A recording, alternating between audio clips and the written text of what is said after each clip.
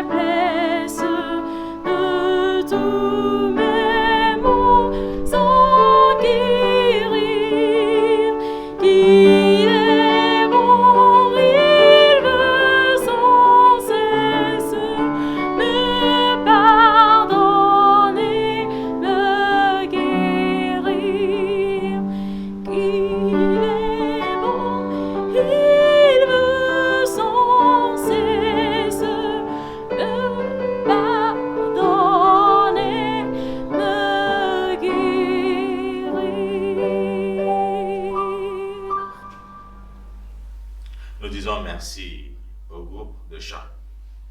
Choisir la bonne part. Prions. Seigneur notre Dieu, notre Père, nous te disons merci pour cette grâce de t'écouter. Instruis-nous par la puissance de ton Esprit Saint. Au nom de notre Seigneur et Sauveur Jésus-Christ. Amen. Notre verset de base pour la méditation se trouve dans Luc chapitre 10, verset 41, verset 40, 41 et 42. Là, la parole de Dieu nous dit, le Seigneur lui dit, Marthe, Marthe, tu t'inquiètes et tu t'agites pour beaucoup de choses. Une seule chose est nécessaire, Marie a choisi la bonne part qui ne lui sera jamais ôtée. Marie a choisi la bonne part.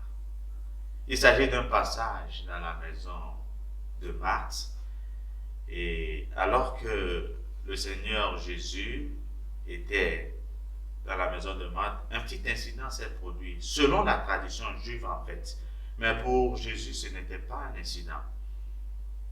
Alors que Marthe s'affairait à la cuisine, le travail des femmes normalement, sa sœur Marie était assise aux pieds de Jésus et écoutait sa parole. J'aimerais insister là-dessus, écoutait sa parole. Parce que, compte tenu du passé de Marie, elle avait besoin de se ressourcer afin de ne plus retourner à cette vie. Et Marthe, qui était à la cuisine, très occupée, espérait que Jésus allait dire à sa petite sœur d'aller l'aider. À un moment donné, elle a dû prendre les choses en main et elle est venue devant Jésus et lui fit cette question un peu embarrassante que nous trouvons dans Luc chapitre 10, le verset 40. Là, Marthe dit à Jésus, cela ne te fait-il rien que ma sœur me laisse seule pour servir? Dis-lui donc de m'aider. Nous n'avons pas le temps de commenter cette question que Marthe a faite à Jésus, mais dans notre tradition ici élevée au Togo, une telle question insinue, c'est-à-dire que la personne savait de ce qu'elle devait faire, mais elle ne le fait pas. Donc Jésus devrait dire normalement à Marie d'aller s'occuper de ses affaires au lieu de l'entretenir avec ses paroles. Mais Jésus, prenant tout son cas, a compris que Marthe a parlé par ignorance, et c'est ce que le Seigneur nous fait d'habitude. Il considère notre ignorance et n'agit pas envers nous selon nos erreurs. Et il reprit doucement en disant à Marthe ce qui suit. Marthe, tu t'inquiètes et tu t'agites pour beaucoup de choses. Une seule chose est nécessaire. Marie a choisi la bonne part qui ne lui sera jamais ôtée. Tu t'inquiètes et tu t'agites pour beaucoup de choses. Souvent, notre vie est faite d'inquiétude et d'agitation, remplie de choses qui ne sauvent pas. Et nous laissons de côté les choses essentielles. Pour Marthe, la chose essentielle en ce moment, c'est de pouvoir aux besoins physiques de notre Seigneur et Sauveur Jésus-Christ. Mais le Seigneur, lui, regarde au-delà des besoins de physique. N'a-t-il pas lui-même dit dans Luc chapitre 12, verset 23, ce qui suit? La vie est plus importante que la nourriture et le corps plus que le vêtement. Marie avait choisi la bonne part.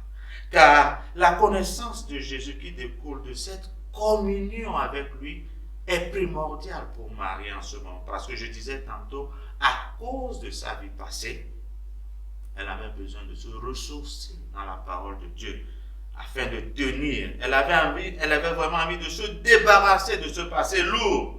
Mais seule une communion avec Jésus qui permet de mieux le connaître pouvait lui permettre de se débarrasser de ce passé. L'esprit de prophétie nous dit ceci. Le mal est tellement inhérent à la nature humaine que nul ne peut vaincre s'il n'est uni à Jésus. Cette union nous assure la puissance morale et spirituelle. Si nous avons l'esprit du Christ, nous porterons les fruits de la justice. Et cet esprit ne nous est accordé qu'à la suite d'une communion sincère avec le Maître. C'est ce que Marie avait choisi en ce moment. Tu t'agites et tu t'inquiètes pour beaucoup de choses. Telle est la vie que nous menons et souvent nous oublions l'essentiel, la communion sincère avec le Seigneur afin de mieux le connaître. Et cette connaissance est très importante pour nous car nous lisons dans Jean chapitre 17 verset 3 ce qui suit. Or la vie éternelle c'est qu'ils te connaissent toi le seul vrai Dieu et celui que tu as envoyé Jésus-Christ. Chers amis, nous vivons dans les derniers temps de l'histoire de notre monde et cette connaissance est indispensable pour nous. Les épreuves qui sont devant nous requièrent une vraie foi qui découle de la connaissance réelle, pratique de notre Seigneur et Sauveur Jésus-Christ. Deux histoires de la Bible nous instruisent là-dessus. L'histoire de Jean-Baptiste et de Paul. Lorsque Jean-Baptiste était en prison, à un moment donné, en tant qu'humain, le doute a pris le dessus. Et il a envoyé ses disciples envers Jésus pour lui demander, es-tu celui qui doit venir? Et Jésus prit la parole, a dit aux disciples de Jean tout ce qui se passait à travers lui. Nous remarquons que pendant les moments difficiles, la foi de Jean-Baptiste a failli par manque de connaissance de qui était Jésus et de sa mission. Les moments difficiles arrivent toujours. Et ces moments difficiles aussi étaient arrivés dans la vie de Paul. Mais par contre, Paul, sa réaction a été une réaction de foi basée sur la connaissance de Jésus qui découle de cette communion avec lui. Lorsque Paul était en prison et qu'il savait que devant lui, il n'y avait que la mort, il a fait cette déclaration très importante dans 2 Timothée chapitre 1 verset 12 qui nous dit car je sais en qui j'ai cru. Et je suis persuadé qu'il a la puissance de garder mon dépôt jusqu'à ce jour. Amen. Car je sais celui en qui j'ai cru. Il connaît Jésus parce qu'il a pris du temps pour communier avec lui. Il passe du temps avec lui à travers la prière, la méditation et l'étude de la parole. Ces trois choses nous permettent d'être en contact avec Jésus, d'être remplis de sa présence, afin de tenir fort. En fait, c'est ce que Marie avait choisi en ce moment. Et Jésus a si bien dit, Marie a choisi la bonne part. Qu'en est-il de nous aujourd'hui, qui savons que nous sommes dans les derniers temps? Est-ce que chaque jour qui passe, nous choisissons la bonne part dans nos agitations, dans nos inquiétudes, parce qu'aujourd'hui, le monde est fait de telle sorte que nous ne faisons que courir, aller ici et là. Et nous n'avons pas le temps pour Dieu. Mais les épreuves viendront sûrement, comme nous l'avons remarqué, dans la vie de Jean-Baptiste et dans la vie de Paul.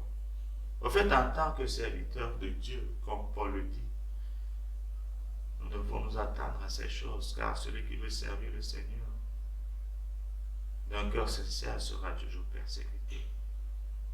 Et nous avons beaucoup de passages dans l'esprit de prophétie qui nous disent que il y a des temps périlleux devant nous. Et que seule cette connaissance de Dieu, cette connaissance de Jésus, nous permettra de tenir, comme Paul a tenu. Et nous pourrons dire en ce moment, car je sais en qui j'ai cru. Même si à nos côtés, tout ne montre que désespoir, souffrance, misère et autre chose, la connaissance de Dieu nous permettra de dire en ces moments difficiles, car je sais en qui j'ai cru. Donc mes amis, que le Seigneur nous aide à choisir la bonne part, quotidiennement, pas juste une fois dans la semaine ou quoi que ce soit, à choisir la bonne part, c'est-à-dire la communion avec Dieu quotidiennement, et nous en verrons les résultats. Que Dieu nous bénisse et qu'il nous fortifie. Au nom de notre Seigneur et Sauveur Jésus-Christ. Amen. Prions. Seigneur notre Dieu, notre Père, nous te disons merci pour cette parole qui nous instruisent sur l'essentiel de la vie, choisir la bonne part, c'est-à-dire une communion quotidienne avec toi, afin d'être rempli de ta présence et tenir ferme dans ce monde de péché, de misère et de souffrance. Et surtout, tenir ferme dans les épreuves qui sont devant nous. Seigneur, bénis tout un chacun de nous. Aide-nous à faire ce choix pour la gloire de ton nom et pour notre salut. Bénis tous tes enfants au nom de notre Seigneur et Sauveur Jésus-Christ. Amen.